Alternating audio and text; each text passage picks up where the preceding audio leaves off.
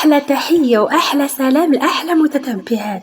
القصه ديالنا اليوم البنات فيها عبره لبزاف ديال البنات اللي كلشي ولا بغى يغلط، كلشي ولا بغى لا طاي باي طريقه وما كيفكرش في الاضرار.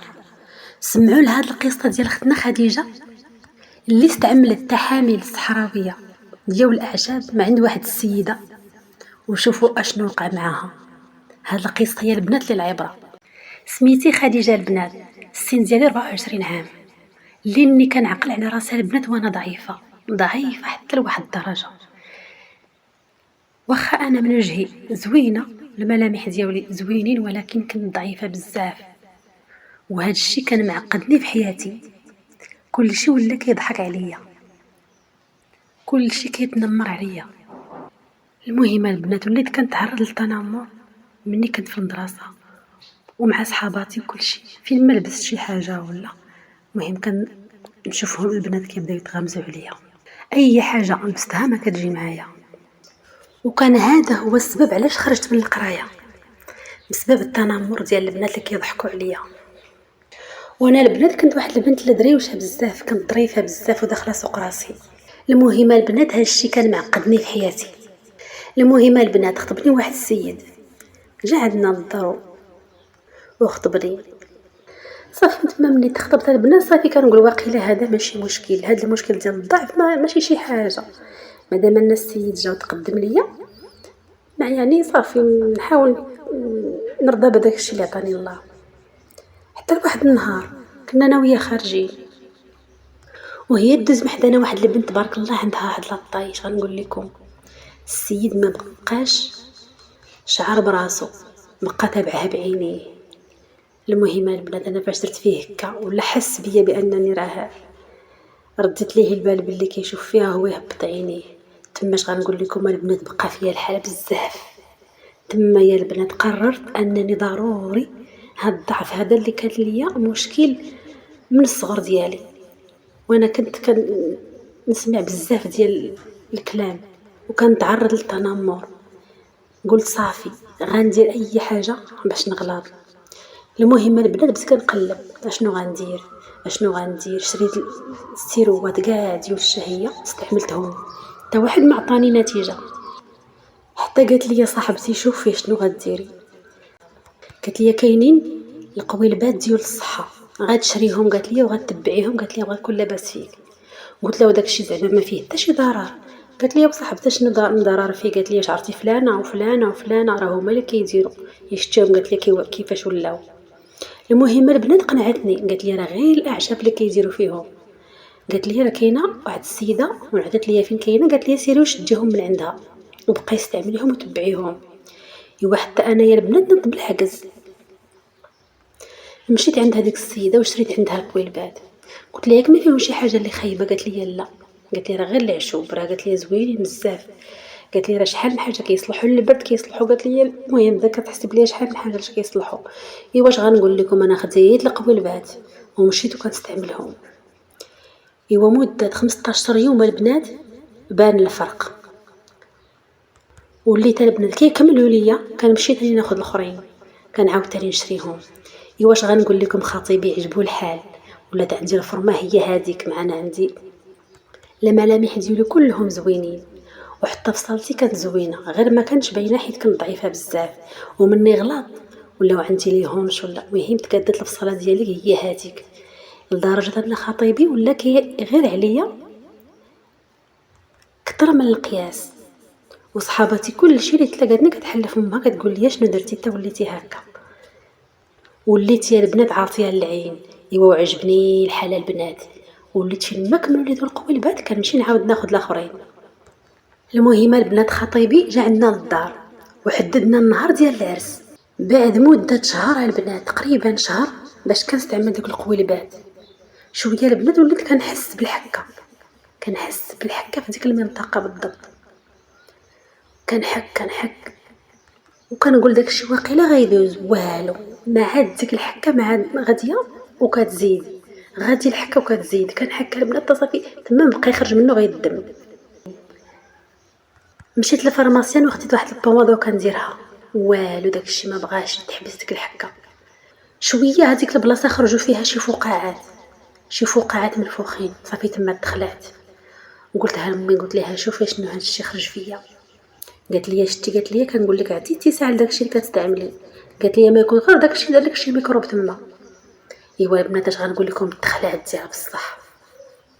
مشيت عند الطبيب وقال لي شنو هذا الشيء، اش كديري؟ قال لي واش كديري شي حاجه؟ صافي تما ما قدرتش نقول ليه، قلت ليه لا. قال لي هذا الشيء شي ميكروب عندك هنا، شي ميكروب قال لي اللي دار لك هذا الشيء كلشي. صافي البنات شويه ولا كيهبط مني الدود، حاشاكم البنات، كيهبط مني الدود رقيق من ديك المنطقه. صافي تعفنات، المصران ديالي تعفن. قال لي الطبيب راه خصك واحد المده ديال العلاج. قال لي عندك الزهر الا ما تربى فيك الكونسير.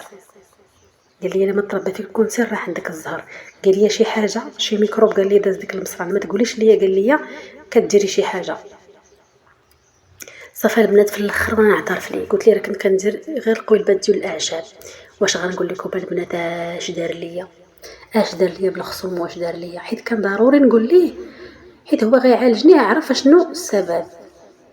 صافي البنات وليت على البنات حاشاكم ما بقيتش كنقدر نجلس على هذيك البلاصه. صافي تما ولا التهب ليا بزاف حتى لواحد الدرجه ورم. قال لي الطبيب خصك ديري الريجيم لان المصران التهب. كناكل غير شي حاجه بحال الصوبه،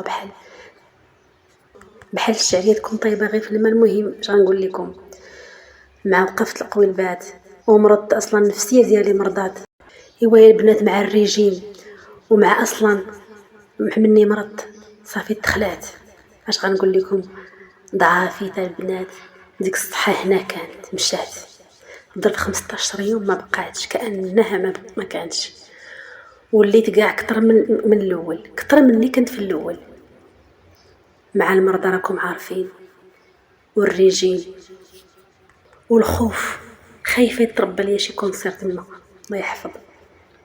وحتى خطيبي البنات صافي مني شافني في ديك الحاله ومرضت وعرف اشنو عندي، وعرف واش نتبع الدواء وعرف كل شيء. ما بغيتش نخبي عليه حيت ما يمكنش، حيت حنا محددين العرس وانا كنتعالج. كيفاش غندير؟ قلت ليه ضروري العرس غنأجلوه. السيد صافي بدا كيتبدل عليا، ما بقاش مازال كيهضر، كيسول فيا مره. المهم البنات مع ركزت مع المرضى ديالي. صافي ما بقيتش البنات كنقدر نجلس، كنعس وكنعس على كرشي، ما نقدرش باقي نجلس على ديك البلاصه. ولات بحال كاينه ليا تما شي حبه. امي مسكينه هي اللي كدير ليا الدواء. تصوروا البنات اشنو كان خاصني. شوفوا كيفاش كنت وكيفاش وليت. كنت بعدا الحمد لله بصحتي وكنمشي ونجي، حتى وليت كنعس على كرشي. امي هي اللي كتجي داويني وكتناولني. ايوا السيد اللي خاطبني وعلى ودو درت هذا الشيء باش نعجبو. صافي مني شافني هكاك قطع عليا الهضره، ما بقاش كيهضر.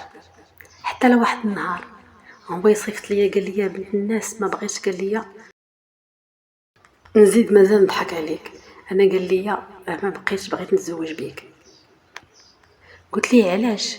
قال لي شوفي الحاله اللي وليتي فيها، قال لي حتى لا امتى غنبقى نتسناك. قلت ليه الله يعاونك يا ولد الناس، اش غنقول لكم البنات، بحال ضربتيني بشي موس في صدري. على حسابه مشيت كنقلب ما ندير، ولكن البنات نستاهل. هو ما قالش لي ديري وما ضربنيش على يدي، وقال لك لا ضربته يديه ما يبكيش. وبقيت البنات متبعه مع الطباء، متبعه وكنستعمل الدواء مده عامين البنات، عامين وانا كنعاني من هذا الشيء. من بعد وليت شويه، ولكن ديما كيبقى ديك البلاصه حساسه. اي حاجه كليتها الا وكضرني. من بعد وليت شويه والحمد لله. اللي داز عليا البنات ما نبغيه حتى لشي وحده. داك الشيء علاش تركت معكم القصه ديالي. واياكم البنات، واياكم ديروا شي حاجه وخصوصا الا ما صوبتوهاش بيديكم وعرفتوا شنو درتوا.